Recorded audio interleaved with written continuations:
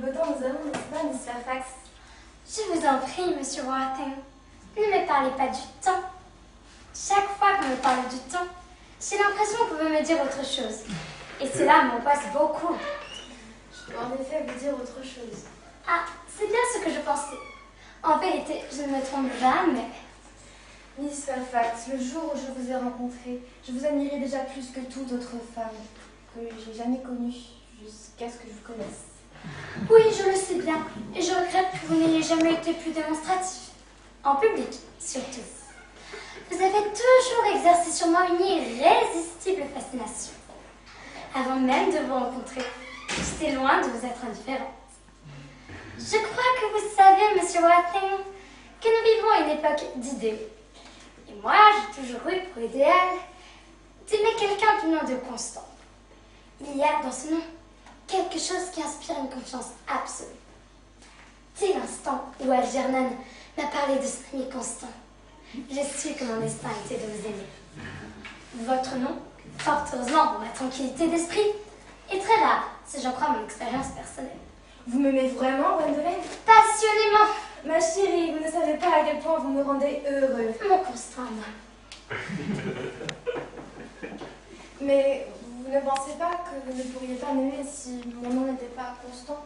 Mais votre nom est Constant. Bien sûr, mais en supposant qu'il ne le soit pas, vous n'auriez pas pu m'aimer? En ce qui me concerne, je vous avoue très franchement que le nom de Constant m'importe. En fait, je trouve qu'il me va très mal. Il vous va parfaitement bien. C'est un nom divin. Il a une musicalité si exceptionnelle. Il crée des vibrations. Je pense vraiment, Gwendolen, qu'il existe des centaines d'autres noms très beaux. Jack, par exemple, est un nom tout à fait charmant. Jack? Non. Il n'y a presque pas de musicalité dans ce nom. Il ne fait pas frissonner. Il ne crée aucune vibration. J'ai connu plusieurs Jack. Ils étaient tous affligeants de banalité. De plus, je plains les femmes qui épousent des Jack. Elles ont sûrement une vie conjugale très fat.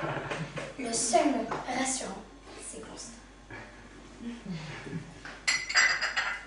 Gwendolen, il faut absolument organiser un baptême. Je veux dire un mariage. Il n'y a pas de temps à perdre.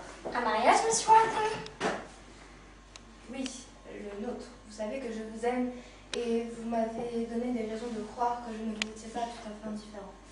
Mais vous ne m'avez encore fait aucune demande. Nous n'avons pas parlé de ce mariage.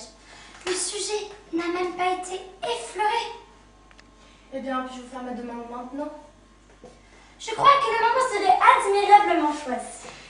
Et, afin de vous épargner toute déception, je tiens à vous avouer très franchement que je suis pleinement déterminée à l'accepter. Gwendolen, Oui, Monsieur Worthing, vous voulez me dire quelque chose? vous savez parfaitement ce que je vais vous dire. Oui, mais vous ne le dites pas.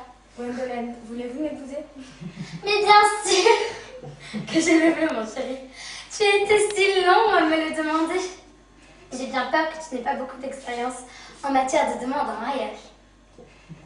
Gwendolen, je n'ai jamais aimé personne d'autre que vous. Oui, je le sais bien.